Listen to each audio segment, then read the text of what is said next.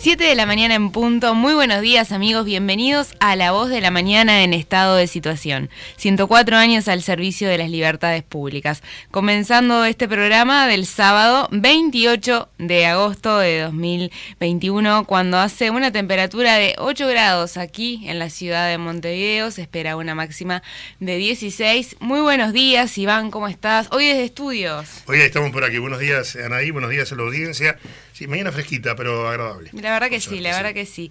Bueno, una semana con mucha información. Antes de comenzar, queremos abrir las líneas de comunicación para que nuestra audiencia se comunique a través de WhatsApp al 099-757-343, 099-757-343. Iván, estuviste conversando esta semana con el ministro de Trabajo, Mieres, justamente, bueno, a raíz de esta situación que se está dando una salida, lo que se puede entender una salida de la pandemia, hay mucha más apertura de las actividades económicas y bueno, y ahí estuviste conociendo un poco también las perspectivas que se tiene desde el ministerio. Sí. Hay optimismo, ¿verdad? En parte de Mieres. Él es un hombre muy cauto a la hora de dar declaraciones. Sin duda. Sí. Lo tiene que ser porque además el ministerio que él ocupa es una cartera de alto impacto en lo social. O sea, la gente lo mide rápidamente por la cuestión salarial y por el tema de la fuente de empleo. Él dice que los números actuales son menores a los que había antes de la pandemia. Igual, ellos siguen insistiendo de que hay una problemática a nivel de trabajo, sobre todo trabajo de calidad, lo que ellos hacen referencia. Hablamos de el trabajo bien remunerado, porque la oferta está allí, pero ni siempre son los que permiten tener un ingreso económico adecuado. Entonces dice que en eso se está trabajando. Hay otros ministerios, es más, le adelanto a nuestra audiencia que estamos haciendo una recorrida del ministerio. La semana que viene ya avisamos, va a salir una nota con el Ministerio de Transporte y Obras Públicas, con el Falero, con el que estuvimos ayer. Y hay preocupación en ese aspecto. Creo que están bien enfocados. Mire, es un tipo de diálogo, eso está bueno. Él tiene por norma llamar sindicalistas, empresarios y buscar intermediar, digamos, en todo esto, pero él es optimista. Él cree que algo más hay que hacer, que algo más se puede hacer, que hay que seguir fortaleciendo algunos sectores que son los más vulnerables con el tema de los subsidios, en fin, para ir saliendo de la pandemia, lo que piensa él que mediados del año que viene lo vamos a poder lograr. Bien, ¿cuál es el objetivo de Mieres? Porque en realidad desde que asumió enseguida llegó la pandemia y tuvo poco margen, comenzaron los envíos al seguro de paro, bueno, ahí se dio una situación económica que cambió. ¿Cuál es un poco ahora en este escenario hacia dónde se intenta llegar? Él lo que me decía era justamente que el problema del desempleo era un problema ya que venía de arrastre, ¿no? Un tema histórico, el desempleo aquí a nivel país.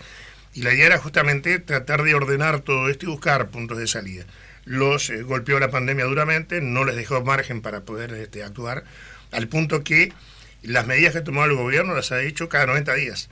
O sea, tiene muy poco margen para actuar. Y tiene que actuar rápidamente porque si no la gente, tiene que evitar la conflictividad, que igual está.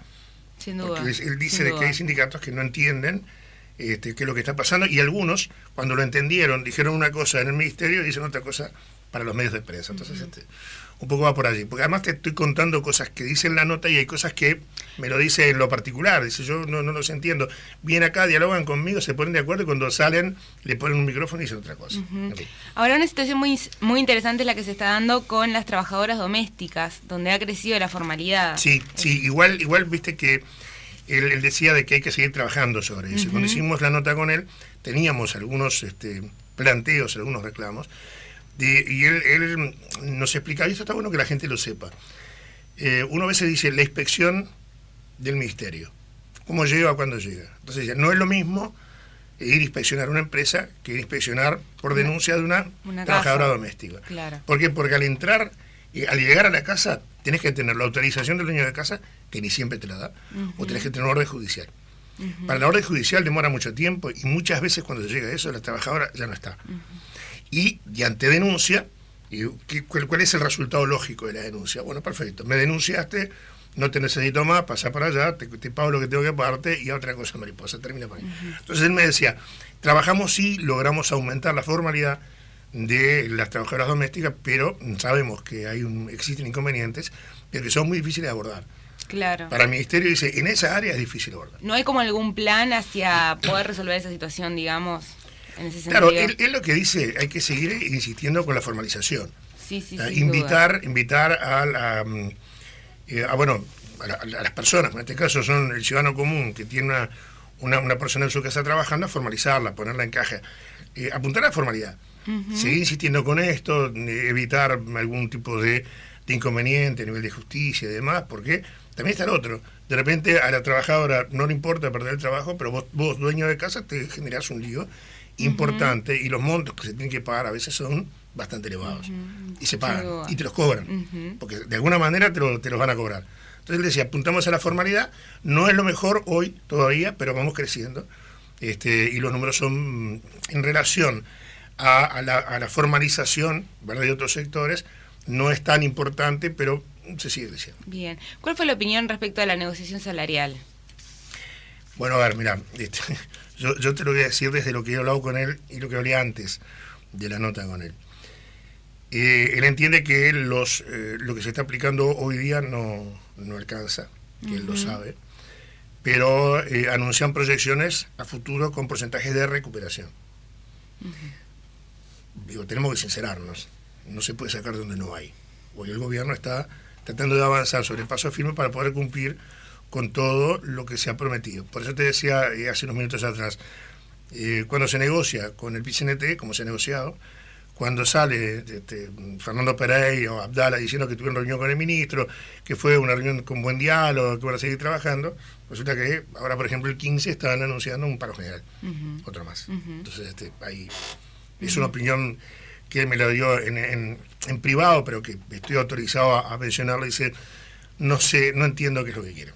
Bien. Porque ellos saben lo que estamos haciendo y porque además, y esto es cierto, y esto lo tengo que decir para que la gente lo escuche, es muy fácil hablar con el ministro de Trabajo y Seguridad Social, cosa que no ocurría antes. Es una persona accesible. Es absolutamente, además él entiende que desde el diálogo se puede construir. Y lo que él dice, y lo digo por experiencia, porque he acompañado a algunos empresarios a charlar con él, lo que él dice lo mantiene. Es una persona de palabra. Exactamente. Digo, después podemos hablar de lo político y lo demás, es otra historia. Pero en ese aspecto, él dice, yo no puedo jugarme a comprometerme con algo que no pueda cumplir. También está lo otro. Él va hasta donde puede. Yo propongo, el Ministerio de Economía dispone. Bien, perfecto, Iván. Te cambio de tema, escribiste otra nota, ya vámonos más un poco al exterior, a Chile y a Brasil, por una importante inversión de 500 millones de dólares, si no me equivoco en esa cifra, de una empresa de celulosa en Brasil. ¿De qué trata un poco esta inversión? Un poco para comparar inversiones de allá y de acá. Esta es una empresa chilena, CMPC, que tiene representación en varios países, tiene clientes en más de 45 países de todo el mundo, es una empresa muy importante, muy grande. Lo que queríamos ver era si había tanta concesión en otros países para empresas de celulosa como las hay acá. Un poco era ese el comparativo que íbamos a hacer. ¿Y qué fue lo que encontraste en ese sentido? No hay concesiones políticas, a pesar de que hay críticas por la inversión. ¿Por qué? Porque esta empresa de celulosa hace esta inversión ahora para fortalecer la planta Guaíba 2, que está ahí cerquita de Porto Alegre. La inversión es de 530 millones de dólares. Invierte para mejorar las condiciones de la planta, para mejorar el tema medioambiental, para reducir el consumo de agua, los gases, todo lo que vos quieras. Lo hacen y vos decís, funciona todo perfecto, ¿sabés que no? Tiene igual sus contras, porque el tema medioambiental los vecinos lo reclaman. Yo publiqué inclusive, por más conté con la colaboración de muchos colegas de Brasil que me dieron toda la información. Entonces, primero, ellos compraron una empresa ya instalada. Por eso no necesitaban ningún tipo de favores. Estaba instalada, estaba funcionando, lo que hicieron fue modernizarla. Habían hecho una inversión primero, tuvieron un inconveniente por una rotura de una caldera, generó un juicio multimillonario para una aseguradora que no cumplió con ellos, y que ellos fueron hasta lo último y terminaron cumpliendo 300 y pico millones de dólares, o sea, juegan fuerte en el mercado, y después se decidieron hacer esta inversión porque ante los reclamos de los ciudadanos fueron invirtiendo en el tema medioambiental. Yo coloco ahí expresiones de ingenieros medioambientales al respecto de la instalación de la planta, de lo que están pasando, de lo que están sufriendo. Digo, yo aconsejo a la gente que lo lea, y sobre todo los que están en la zona, que nos escuchan desde Durazno, Tacuarembó, en fin, las cercanías de UPM2, para que se den cuenta que esto no es tan fácil así. Es decir, construimos y ya está. No es lo que se muestra en algunos informativos, que tuvieron media hora hablando de todas las bondades, hasta de lo que comían los funcionarios en la planta. Hay que mirar un poquito más en el entorno. Yo apunté esa nota más que nada por eso. Y bueno, el ejemplo está. Los obligan a invertir permanentemente en la mejora del tema medioambiental, y ellos hacen inversiones muy generosas, claro.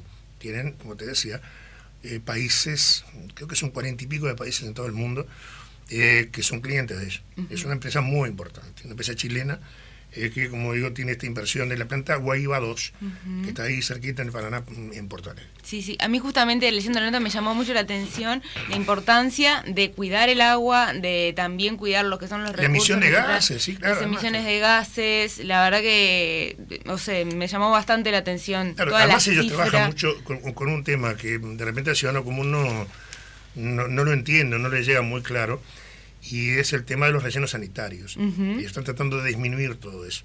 Hoy día la basura ya no se tira, se reutiliza y se transforma en energía. Y ellos están trabajando justamente en eso. Insisto, es una empresa muy, muy importante. O sea, una inversión que resuelve un directorio de 500 y pico millones de dólares, 530 para ser más exacto, es una empresa grande y importante. Entonces, sin duda, no tenemos que ir a Finlandia para ver lo que estamos viendo ahora de todas las concesiones, lo que están pasando en las rutas y demás. No, ellos lo hacen ellos. Bueno, invitamos entonces a nuestros oyentes a ingresar a lamañana.uy o a adquirir el semanario La Mañana en todos los kioscos de Montevideo y el interior para conocer un poco más en profundidad justamente la investigación que estuviste haciendo al respecto. Sí, y si esto es interesante porque no hay que dejarse deslumbrar con lo que pretenden mostrar, porque hoy parece que quieren cambiar la imagen de la planta. Las inversiones son inversiones y generan expectativa, generan fuentes de trabajo directos, indirectos, en fin. Acá yo pongo la cantidad de fuentes de trabajo que generan, y son miles. Sin duda. Porque generan directo e indirecto.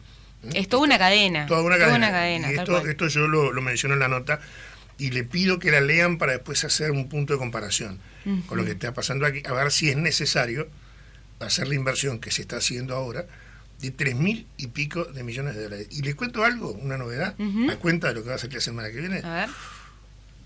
Vamos a tener rutas sobrepobladas hasta 2023. ¿Cómo es eso? A ver. Porque el tren hasta esa fecha. Hasta el 2023 no está prevista la inauguración del ferrocarril central. El ferrocarril Así que mientras tanto, bueno, lo que serán las carreteras respecto al tránsito. O sea, vamos a tener más obras en ruta. Más obras también. Eso parte de lo que nos dijo Falero, que va a salir publicado en el próximo número. Sí, es un tema bien interesante, porque además vamos a ver ruta 5.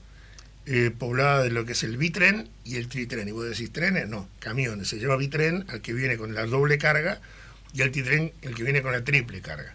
Para eso todas las obras que se están haciendo en ruta 5, para tratar de ampliar la ruta, ensancharla, la doble vía, que es absolutamente necesaria, y el fortalecimiento del pavimento, porque imagínate que si hoy estamos hablando de 40 y pico de toneladas, se va a sumar un tonelaje mucho más importante, y las rutas tienen que soportarlo. Así como están. Tal cual. No van a poder. Bueno, hemos hablado justamente de la situación de Ruta 5 en pasadas ediciones. Hubo un accidente también hace unas 2 semanas. Es una situación bastante importante, teniendo en cuenta que, son quienes pasan por la carretera, lo decíamos el otro día, ambulancias, camionetas, personas comunes que van a trabajar, la situación de los ómnibus también. Sí, yo, por ejemplo, viajé ayer por Ruta 5. Y bueno, tuvimos que parar por lo menos un par de veces, y son demoras importantes. Están elevando el nivel del pavimento, lo tienen que hacer un poquito más alto para hacerlo más fuerte, porque insisto, si no van a soportar, como decía Falero, si no lo que arreglo hoy, mañana, tal cual. Eso es el gran tema. Tal cual, es así. Bueno. Nos vamos para el campo, le parece, porque estuviste trabajando mucho. Estuve conociendo una realidad que casi que está desapareciendo. Yo lo titulé Oficios en extinción en nuestro país, y estamos hablando del arado con bueyes. Es una técnica muy, muy antigua que, bueno, ya está desapareciendo en nuestro país. La gente utiliza maquinarias también por todo el tema de lo que es la productividad. Pero en un rincón de Canelones, en la zona cercana a Pando, hay una persona que tiene un buey, que usa un buey, más que por productivo o por útil por costumbre, ¿no? Es un vínculo que tiene justamente esta persona que se llama Alberto Doshin. Él es un productor agropecuario justamente de Canelones que utiliza un buey. ¿Sabe cómo lo bautizó? Malandro. Sí. Ahora, vos sabés que eso que tú mencionabas, yo cuando leía me imaginaba, estas eran las notas que salían con fotos en blanco y negro, porque eran de andás a ver cuándo, ¿viste? El tipo está trasladado, el buey adelante, en fin. Sin embargo, vos pintás una realidad que es de ahora. Tal cual, es así. Ahora, en esta realidad él tiene una gran problemática, de hecho lo tuvo toda su vida, pero en los últimos años fue mucho más importante, que es el tema del abigeato, ¿no? Sí. De que le robaban los bueyes, desaparecían, que además no es fácil justamente robar, desaparecer un buey en esa zona porque no es tan descampado, hay casas alrededor, digamos, es un pueblo esa zona, para que la audiencia más o menos tenga una idea. Pero bueno, los robaban de madrugada, dicen que hacen chorizos con ellos justamente, es una realidad bastante dura. Entonces, claro, todo lo que es el esfuerzo, ¿no? Del trabajo, de mantener, del arado, de un segundo para el otro, se puede perder. Con unas maquinarias, bueno, ese es un problema que no pasa tanto, pero es muy interesante también lo que hay por detrás, ¿no? Que es como un vínculo entre la persona y el animal que lo ayuda, siempre ahí, justamente lo que destacaba Alberto, porque yo le digo, bueno, ¿cómo es justamente trabajar, ¿no? Con un güey que además tiene 15 años trabajando, y que no lo compró, digamos, recién nacido, sino que ya tenía una historia también. Entonces, en ese sentido, ya es bastante grande el animal. Es parte de la familia. Es parte de la familia, y bueno, muy lento, trabaja, pero es una cuestión de costumbre, y eso es muy interesante, porque tiene que ver con lo que son las tradiciones, ¿no? De Uruguay, y tantas tradiciones del campo que se vienen perdiendo, que van desapareciendo, y que bueno, está bueno rescatarlo, y que la gente también conozca. No sé si tú tenés alguna historia relacionada a la de los bueyes. No, te digo, uno recorre mucho, por el tema del periodismo te lleva a recorrer. Sin duda. No ir a esos detalles que son pequeños para algunos, pero son grandes para otros, como lo haces vos. Pero sí, o sea, veías casos como donde el animal forma parte de la familia. Ya lo llaman por el nombre, el animal viene. Tal cual. Bien, seguro. Malandro, vení, y el güey va. Es este caso. le falta ponerse, engancharse el arado solo. Es así, es impresionante. Realmente insisto, historias de blanco y negro traídas a la actualidad. Tal cual. Bueno, y hablando un poco también de lo que son historias pasadas, estuvimos charlando con Pilar y Vivian. No sé si la audiencia se acuerdan de ellas. Ellas fueron las precursoras de algo que hoy es tan común, ¿no? Como es tomar clases de gimnasio a través de la computadora, por internet, por Zoom.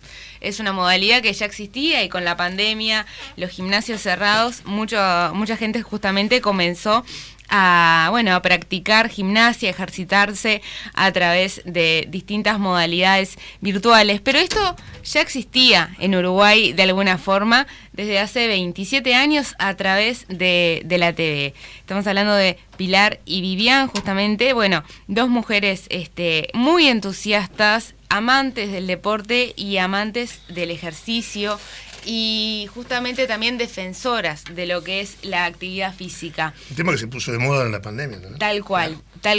Pero muy interesante porque, hablando con ella, yo les preguntaba, cómo nace, ¿no? Todo ese interés por el deporte, y digamos al punto tal de llegar a ser representantes de la gimnasia acá en Montevideo en los años 80. Que además, paréntesis aparte, era un momento en donde estaba toda la película Flashdance, no sé si se acuerdan, las calzas, las vinchas. Yo era muy niño para esa época, pero sí, algo me contaron. Bien. Entonces me comentaba, ¿no? Por ejemplo, Pilar Maspons, ella justamente me decía que desde muy chiquita, en la primaria, su directora la había entrenado en gimnasia, y que a la vez su madre le había inculcado que lo más importante para sentirse bien era hacer ejercicio. Y al mismo tiempo Vivian Aguirre también desde joven realizaba un montón de actividades, como por ejemplo voy a nombrar, ¿no? Natación, nado sincronizado, handball, tenis, esquí, tiro al blanco, escalada en roca, vela, buceo en aguas profundas, y además le gustaban los rallies. La verdad que impresionante, una joven con toda esa actividad deportiva. La verdad que sí. ¿No es Mónica por casualidad? No. No. Mónica también es pues otra ella puede supermujer. todo eso y más, seguro, sí. Y bueno, la verdad es que nos contaron una historia muy interesante, cómo ellas luego van a realizar un curso de coreografía en Buenos Aires y llega una idea desde Francia justamente para dar clases de gimnasia a través de la televisión. En un primer momento era en exteriores, fue filmado en la playa Positos, justamente el comienzo de ellas, con cientos de estudiantes. Bueno. La gente no entendía mucho porque nunca había visto, ¿no? Gente haciendo gimnasia y a través de la televisión, también las muchachas que bueno, lo practicaban en sus casas. Yo les preguntaba a ellas qué sintieron cuando durante la pandemia todo esto se volvió tan popular y ellos lo habían hecho en la década de los 80. Y bueno, lo que me contaban era que bueno, que si en ese momento ellas hubiesen podido tener todo lo que era la parte virtual, digamos, que se está dando ahora, sin duda el impacto iba a ser muchísimo más. Hubo un impacto muy grande, porque fueron las primeras, claro. Inspiraron a muchos, es algo que incluso se ve, a veces los programas de la mañana también tienen un segmento, sí. ¿No? De gimnasia, y bueno, y también inspiraron a muchos hacia irse al lado del deporte, que es muy importante, sobre todo para los jóvenes también, ¿no? Y todo saludable, ¿no? La verdad que sí. Y aclaro, declaramos quién es Mónica, nuestra productora. Mónica Piris. Claro, que llega acá, se saca la capa roja porque vuela y aterriza acá cerca y después entra. No, para que la gente sepa que es la que nos hace fácil todo. Tal cual. Moni siempre atrás de todos los detalles, es una genia. Es la que hace posible que estemos acá siempre. Acá, mira, me dice Mercedes desde el Prado, buenos días, y vayan ahí, yo tomo clases de Aikido por Zoom y ahora por Skype. Mira, Aikido. No debe ser fácil eso. Yo rompo la pantalla del televisor, imagínate, empiezo a dar un golpe y me quedo sin interés. Muy interesante. Y sea, aprendo hasta el tercer aparato, después del tercer aparato yo no quiero usar más nada, seguro. No, pero es súper interesante la cantidad de opciones que hay para el deporte y para todo. Ahora justamente uno puede hacer cualquier curso, ¿no? A través de internet. ¿Nos vamos a una pausa? Sí, tenemos una entrevista muy interesante. Tenemos una entrevista. ¿Querés adelantar quién es? Vamos a hablar con Cecilia Iguiluz. Para la gente de la capital de repente no es tan conocida, para el interior sí. Dirigente del Partido Colorado, del sector Vamos Uruguay. Integró el equipo de gobierno de la Intendencia de Salto en la gestión de Germán Coutinho. Fue su secretaria general y dio un paso hacia Cabildo Abierto.